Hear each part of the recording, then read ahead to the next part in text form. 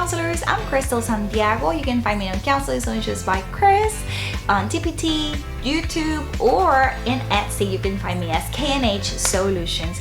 So today we're going to talk about lesson plans, and today we have a different lesson for you about the circle of control. Outside of the circle of control, often we have a lot of problems with people understanding, even adults, students, faculty, or staff control. Well, you need to remind yourself 1,000 million times as a counselor, inside of my circle of control, outside of my circle of control.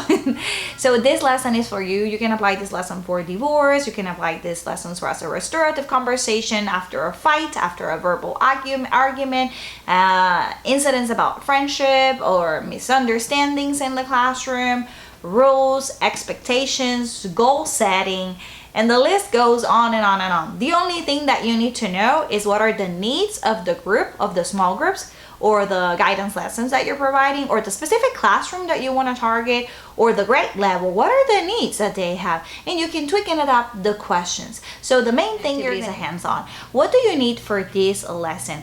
Obviously, in your head, you need to knowledge what things you can control, things that you can control, but physical materials that you need for this lesson are paint, a shoebox. A shoebox could be any like this ones, like the ones for the boots or shoes, especially after Christmas or around Valentine's Day. Every time you have a present, I think everybody can find a shoebox in their homes. The other way that you can do it is if you have board games in your office, you can use each side and you can use the lids, and that will work. The other thing you're gonna need, you can need colored paper, or you can use cardstock, whatever you want. This is kind of what they're gonna do by the end. And while they use paint and they do something that's hands-on, they get to talk about things that we can control while we do this event.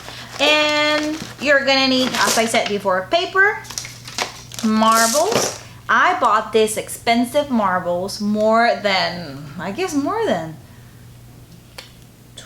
I guess, for $1.25 at the dollar store. And you need a couple of paints, and if you don't have paints, ask your art teacher if you can borrow a couple of them so they can use it. And so tell your students that you're going to start with an engaging activity, that you're going to have fun today, that you're going to do something different. You can use this activity for your guidance lessons. You can use it in a small group. And technically, honestly, you can tweak the questions for whatever topic you want. Also, it could be considered like art therapy, so which is another strategy or another approach that you can use as a counselor. So this is the part where you're gonna get creative and you're gonna find what works. This is the part where you need your paints, your marbles, and even I thought about these beads that sometimes you have, the leftovers from any type of craft that you were doing, maybe will work. And this is the lid of one of my board games that I honestly do not use anymore. And I have a pre-cutted paper, and you can put the students to cut. Maybe you may need scissors for this activity. It's up to you. You're gonna make the students choose 1 to 3 marbles, and maybe we should start incorporating one at a time. That marble is gonna go in the middle, and they're gonna choose the colors that they wanna use. Little dots, explain the expectations. You're not gonna touch the paint. Then you have another color over here, and then let's say that I just wanna do, and let me do one more, just in case, right? One, and I wanna add another dot. Okay. So you're gonna ask the student just to start moving. Let me see if you can see what I'm doing right now. They can need to start moving. So you can incorporate one marble at a time and ask the student to start moving the marbles. As they go and they keep going, they can continue moving those marbles from side to side.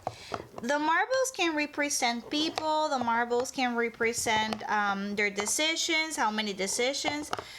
Try to talk to them about convincing them how to control the movement of the marble, how they can associate the marbles with the directions, with the decisions that we make. How difficult it is to control when we get more people involved in our problems or our situations. maybe if the marbles wants to represent their life, their people, maybe the colors can represent something different for them, and allow them to create a masterpiece. The questions can go, you can do the questions throughout the activity, or you can just give simple instructions, move the marble around, incorporate the second marble, incorporate the third marble, as many marbles as needed, or maybe only one, and try to see or figure out how they play with it. If they can control the movements, you can ask them to slow down, to speed it up. And when we make decisions without thinking, how it looks, how messy it can get, and all those type of things, or all the be spontaneous also, the vibe that you're getting throughout the session, and how the student is guiding the session and expressing him or herself. Okay, it may look something like this, or by the end with a cardstock or a bigger box, it might look like this. What are things that you can control? You can control how you communicate with people. You can control and set up boundaries, setting goals. You can control how you behave, what you say, how you react, what is your approach, all those things that we know. The decisions we make, your attitude, how much time you spend in social media, how much time you spend in video games, watching TV, using your tablet, your phone. And what is outside of the circle of control, how other people treat you, how other people talk to you, sometimes the outcome of the things that we do. Control other people's ideas and thoughts, or the way that they react, or the way that they approach different situations. You can't control other people's decisions, but you can control your decisions. So all those topics that over and over and over, every time we address a situation with a student, you're like, oh my God, how can I approach this thing in a different manner so it stays or it sticks? And I truly believe that hands-on activities, and you don't have to be a Picasso to do this, maybe a Jackson Pollock to make this type of activity. I promise that they will be engaged. I don't think that they're gonna be like getting all messy. Maybe you will have one student who finds the way to get all messy. As long as they're not touching the marbles directly, so you should not have any accidents. But just be ready and have some tissues or wipes in case that one of your students do something different. After you do the lesson, you can sit down and talk. How fast, how easy. You can present even scenarios, like for example, last time when you got into the fight with so-and-so, and when you got into the argument with so-and-so, how did you approach the situation? Can you control the pace of the fight? Can you control the argument, how it was escalating? If you can compare these marbles when your friends, this and this, so-and-so, Johnny 1, Johnny 2, and Johnny 3 came to the equation when you were having this difficult problem. Are you able to control what they were saying? Were you able to control how they behave? Did you feel like you have control of the situation, or do you feel like the situation got out of control? Also, you can use this to talk about when you're talking about divorce, when you're talking about friendship and relationship skills, or even when they're dating and other type of stuff. What things you can control. Also, sometimes what your parents are doing, what your parents are telling you. You can control the rules from the school. So some of those type of things, and the pace, how the things, sometimes also how when you're planning in life, maybe you plan one way and the life guides you in different directions. You can continue your approach, you can continue staying positive, you can continue adapting, moving around, changing directions, but focus on the things that you can control. Depending of the needs of your students, obviously focus on the needs of your students. Tweak the questions around. Even if it looks messy for them and they're, in their perspective, the artwork, you can talk about you have a point of view. Maybe for you it's messy. Maybe for her it's awesome.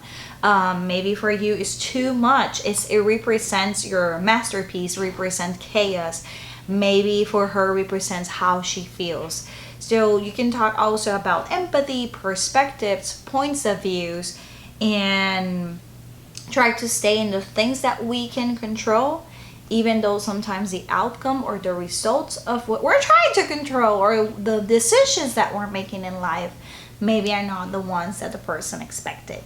So I hope this lesson helps you. Let me know under the comments below, what is a lesson that you need to recreate over and over, or that you need help with, to see if I can brainstorm ideas and we can find possible solutions for your problems or your lessons or your lesson planning. You are not alone, and I'm here to help you, and probably the community of people watching this video is going to help you as well.